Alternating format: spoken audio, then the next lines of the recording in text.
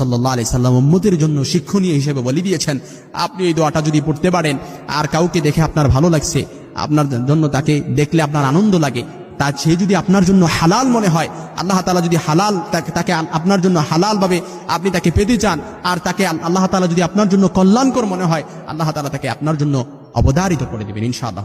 এই দোয়াটি পড়ার বরকতে, কারণ উত্তম জীবন সঙ্গী এটা হচ্ছে দুনিয়ার সর্বোত্তম সম্পদ, উত্তম জীবন সঙ্গী।